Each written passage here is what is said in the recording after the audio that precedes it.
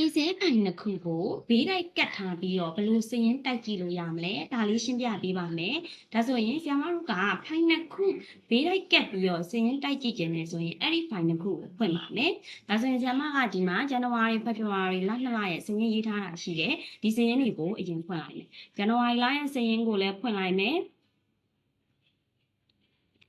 ဟုတ်ပြီဒါဆိုခဏလေးစောင့်ပါမယ်ဟုတ်ပြီဒါဆိုရင်ဇန်နဝါရီလရဲ့စာရင်းရသွားပြီဒါဆိုရင်ကျွန်မဒါ minimum မလုပ်တော့ဘူးဒီမှာဒီ Excel ဖိုင်လေးကိုပဲပြန်နှိပ်လိုက်မယ် February လရဲ့စာရင်းကိုပဲပြန်နှိပ်မယ်ဒါဆိုရင်ဆရာမရဲ့ဖိုင်ဒီအောက်မှာနှစ်ဖိုင်ပွင့်နေတယ်ဒီလိုမျိုးဟုတ်ပြီနော်ဒီလိုမျိုးနှစ်ဖိုင်ပွင့်နေတယ်ဒါဆိုရင်နှစ်ဖိုင်ပွင့်နေတယ်ဆိုရင်ကျမတို့ဒီ view menu ကနေအလွယ်တကူသွားနှိပ်လဲရတယ် view menu ကိုသွားပါ view menu မှာကျမတို့ဒီမှာ arrange all ဆိုတဲ့နေရာလေးရှိတယ်အဲ့နေရာမှာ vertical ကိုရွေးဘေးတိုက်ဖြစ်ချင်လို့ horizontal ဆိုရင်ကျမတို့အပေါ်အောက်ကြီးဖြစ်မှာ vertical ကိုရွေးပြီး okay နှိပ်လိုက်ဒါဆိုရင်ဒီမှာ January February စာရင်းနှစ်ခုဒီဘေးတိုက်ဖြစ်သွားပြီကိုဒီနေရာမှာဘေးစာရင်းလေးကိုတိုက်ချင်တယ်လေတိုက်ချင်တဲ့စာရင်းလေးတွေကိုကျမတို့ကိုယ့်ဘာသာကိုစစ်ပြီးတော့တိုက်မယ်ပေါ့နော်ဟုတ်ပြီနောက်တစ်ခုနောက်တနည်းကဆရာမတို့ဘယ်လိုကျင့်လို့ရသေးလဲနောက်ထပ်ဘယ်လိုလုပ်လို့ရသေးလဲဆိုတာပြောပြမယ်ဒီနေရာမှာဇန်နဝါရီလအပေါ်မှာကလစ်ချထားရင်ဇန်နဝါရီလကဘယ်ဘက်မှာပေါ်မယ်ပေါ့နော်ဒီ view menu ကိုပြန်သွားဒီမှာဇန်နဝါရီလရေးထားတယ် arrange all ကိုပြန်သွားမယ်ဒီမှာ particle ရွေးလိုက်မယ် okay နှိပ်လိုက်မယ်ဒါဆိုဇန်နဝါရီပဲပြောရတယ် February လမှာကလစ်ချပြီးလို့ရင် February လကဘယ်ဘက်မှာပေါ်မယ်ဒီလိုမျိုးလေးပေါ့နော်ဟုတ်ပြီဒါဆိုရင်ဒီမှာဒါလေးကို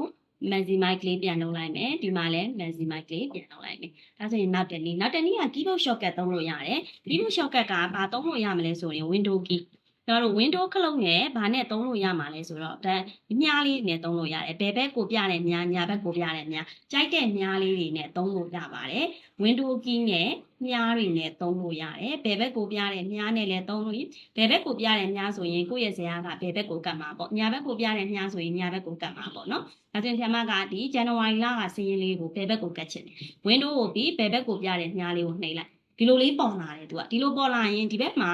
ကိုဖွင့်ထားတဲ့ဖိုင်တွေညာဘက်မှာပေါ်တယ်အဲ့ထဲကဘယ်ဖိုင်နဲ့တွဲပြီးကြည့်ချင်တာလဲစဉ်းစားလိုက်မယ်ဒါဆို February လကစာရင်းစရာနဲ့ကြည့်ချင်တာဒီပုံလေးကိုနှိပ်လိုက်ပေါ့ဒါဆိုရင်ဒီလိုမျိုးလဲသုံးလို့ရတယ် shortcut သုံးခြင်းရင် window key နဲ့ဘယ်ဘက်ကိုပြတဲ့မြားတော့၎င်းညာဘက်ကိုပြတဲ့မြားတော့၎င်းတစ်ခုကိုနှိပ်နေပေါ့နော်